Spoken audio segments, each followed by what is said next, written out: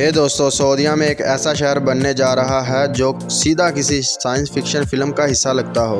एक ऐसा फ्यूचरिस्टिक शहर जो एक लाइन में डिज़ाइन किया गया हो। 170 किलोमीटर लंबी लाइन, ये लाइन ऊंचाई में 500 मीटर ऊंची यानी आईफल टावर से भी ज़्यादा ऊंची है और 200 मीटर चौड़ाई है इसकी, और दोनों साइड के बाहर बड़े बड़े शीशे लगे होंगे। इसमें हरी भरी चीज़ें और बहुत सी फ्यूचरिस्टिक चीज़ें भी होंगी।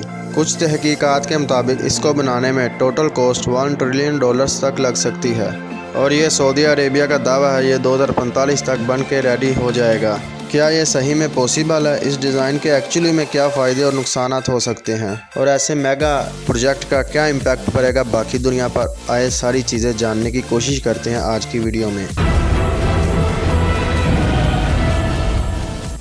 सऊदी अरेबिया का जब भी जिक्र किया जाता है तो दो चीज़ें माइंड में आती हैं, रेगिस्तान और तेल। हालांकि ये चीज़ सच है, ज़्यादातर मुल्क रेगिस्तान से घिरा हुआ है।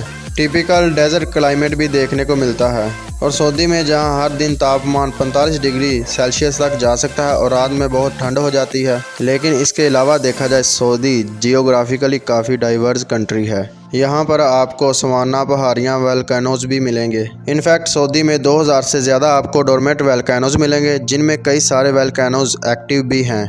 मिडिल ईस्ट में सऊदीया की लार्जेस्ट इकॉनमी है और दुनिया में 18वें नंबर पर इकॉनमी है। लेकिन ये बात सच है कि मोस्टली इकॉनमी सिर्फ तेल पर डिपेंड है।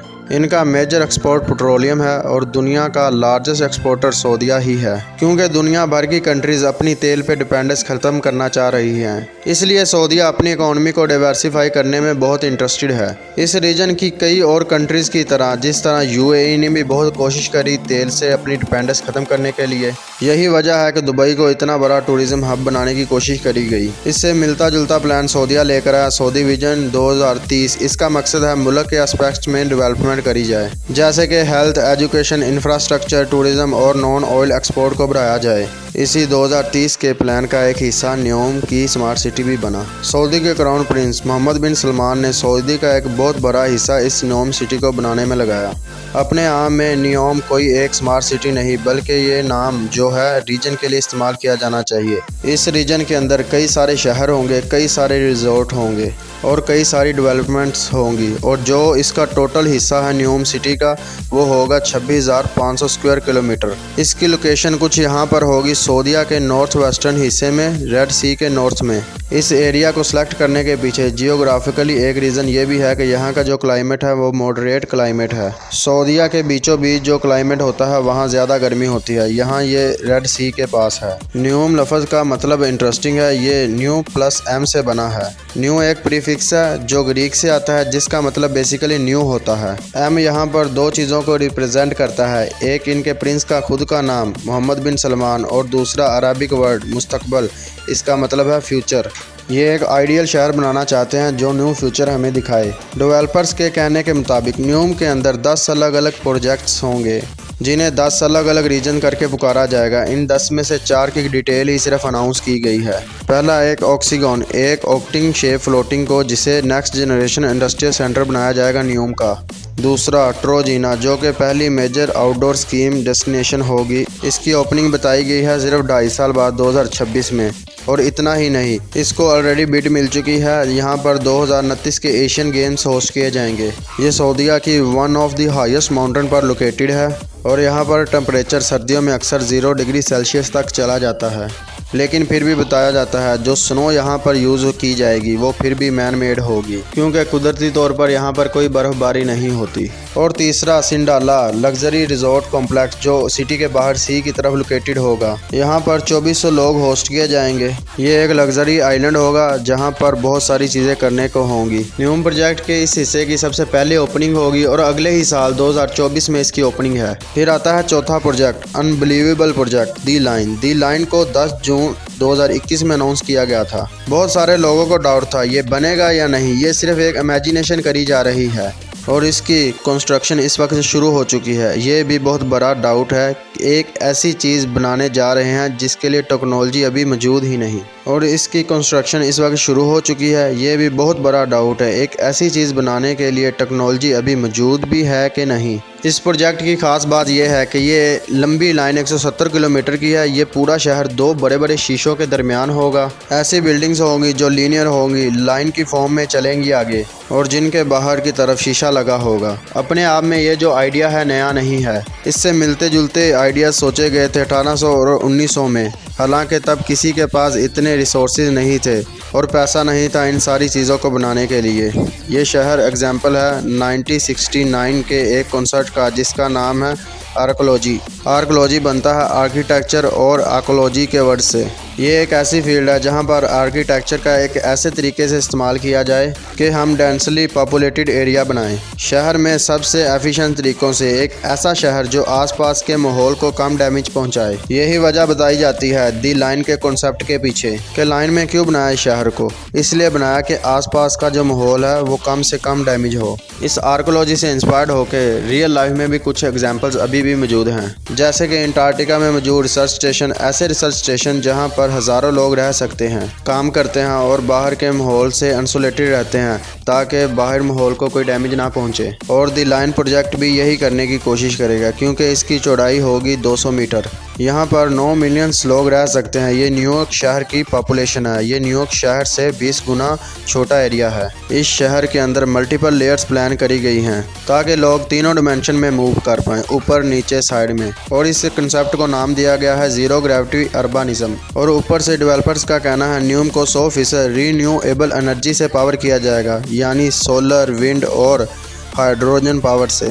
और अंदर ट्रांसपोर्टेशन के लिए कोई रोड नहीं होगा, कोई गाड़ी नहीं होगी, बल्कि लोगों के चलने के लिए जगह होगी। क्योंकि ये 170 मीटर लंबी लाइन है, इसमें हाई स्पीड ट्रांसपोर्टेशन का इस्तेमाल किया जाएगा। अंदर का डिज़ाइन इस तरीके से होगा कि हर चीज़ 5 मिनट के वॉकिंग डिस्टेंस पर मौजूद होगी। Residents have access to all their daily needs within 5-minute walk neighborhood. अंदर क्लाइमेट भी कंट्रोल किया जाएगा ताकि क्लाइमेट एक जैसा रह सके, चाहे बाहर बहुत गर्मी हो। क्योंकि ये लाइन एक एंड से समुंदर तक जाएगी, रेड सी तक। इसे ट्रेडिंग के लिए भी बड़ी पोटेंशियल बताया जाता है। एक्चुअली दुनिया की ट्रेडिंग का 13% हिस्सा यहाँ से ही होकर गुजरता है। और ऊपर से न्यूम बाय एयरपोर्ट बनाया जाएगा। इसके आसपास की लोकेशन ऐसी होगी कि दुनिया की 40% चीज़ें 6 घंटे ही दूरी में होंगी। ये तो इसलिए क्योंकि सऊदी अरेबिया की अपने आप में ही लोकेशन कुछ ऐसी है, यूरोप, एशिया, अफ्रीका सबका ही सेंटर पॉइंट बन जाता है। फिर इन डेवलपर्स का दावा है आर्टिफिशियल इंटेलिजेंस को शामिल किया जाएगा। यहाँ सिस्टम बनाए जाएंगे जो सब देखेंगे, एनालाइज करेंगे खुद से।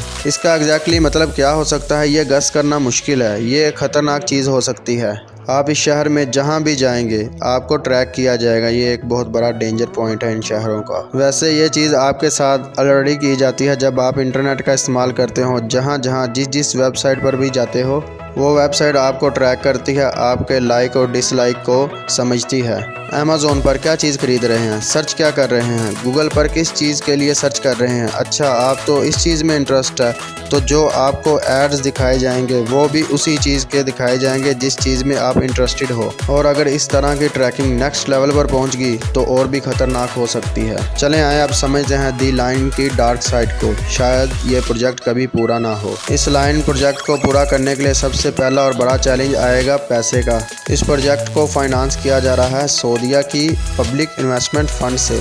बेसिकली वहाँ की गवर्नमेंट ने इस फंड को बनाया है। इनके पास बहुत पैसा है, नो डाउट। अंदाज़ा लगाया जाता है $620 बिलियन इस फंड में मौजूद हैं। लेकिन यहाँ पर एक और मसला ये है कि इनका ये जो पैसा है इकॉनमी पे डिपेंड करता है और इनकी इकॉनमी ऑयल पे डिपेंड करती है। प्राइस मार्केट में ऊपर नीचे ऑयल के होते रहते हैं। तो अगर इस प्रोजेक्ट को बनाने के लिए यहाँ से पैसा आएगा तो ये बहुत वोलेटाइल पैसा है और पता नहीं फ्यूचर में ये कितना नीचे गिर जाए। और एक मसला, अगर सारा पैसा भी इस प्रोजेक्ट में लगा दिया जाए जो उस फंड में मौजूद है तो काफ़ी नहीं होगा। इस प्रोजेक्ट को 2030 तक कंप्लीट करने का प्लान था, इसलिए $500 बिलियन एलोकेट किए गए थे। कुछ रिपोर्टर्स का कहना है ये चीज़ 2050 तक भी कंप्लीट ना हो पाएगी और उसकी वजह से कॉस्ट और भी ज़्यादा बढ़ जाएगी। इसलिए अंदाज़ा लगाया जाता है इस प्रोजेक्ट की कॉस्ट $1 ट्रिलियन तक पहुंच सकती है। इतने पैसे तो इनके फंड्स में भी मौजूद नहीं। और कुछ रिपोर्टर्स के मुताबिक इन्होंने फ़ॉरेन कंपनी से भी रब्ता किया, लेकिन सऊदीया उन्हें राज़ी ना कर पाया इस प्रोजेक्ट में इन्वेस्ट करने के लिए। एक और बड़ा मसला आता है टेक्नोलॉजी को लेकर। अगर लाइन जैसा प्रोजेक्ट बनाना है तो यहाँ पर बहुत टेक्नोलॉजी का इस्तेमाल किया जाएगा जो असल में एग्जिस्ट ही नहीं करती, जैसे कि इनका ट्रांसपोर्टेशन सिस्टम। जैसे कि डेवलपर्स का कहना है हाई स्पीड ट्रांसपोर्टेशन होगी, लेकिन इन्होंने ये नहीं बताया मेट्रो होगी या ट्रेन। लेकिन इन्होंने ये कहा 170 मीटर की लाइन एक एंड से दूसरे एंड तक जाने के लिए सिर्फ 20 मिनट लगाएगी। इसका मतलब है इसकी स्पीड होगी 500 किलोमीटर पर हॉर से भी ज़्यादा। दोस्तों, आज के दिन तक ऐसी टेक्नोलॉजी एग्जिस्ट ही नहीं करती जो इतनी स्पीड दे पाए। और जो करंटली फास्टेस्ट ट्रेन है दुनिया की वो शंघाई की मैग्लिव ट्रेन, जिसकी स्पीड 430 किलोमीटर पर हॉर है। ये बात सच है कि 2015 में जापानीज मैग्लिव ट्रेन ने टॉप स्पीड का रिकॉर्ड तोड़ा था। एक टेस्ट रन में 603 किलोमीटर पर हॉर की स्पीड अचीव कर ली गई थी, लेकिन वो एक टेस्ट रन थी और रेगुलरली 430 किलोमीटर पर हॉर से ज़्यादा नहीं पहुंच पाए। और ऐसे ही 500 मीटर ऊंचा शीशा आज तक किसी ने नहीं बनाया।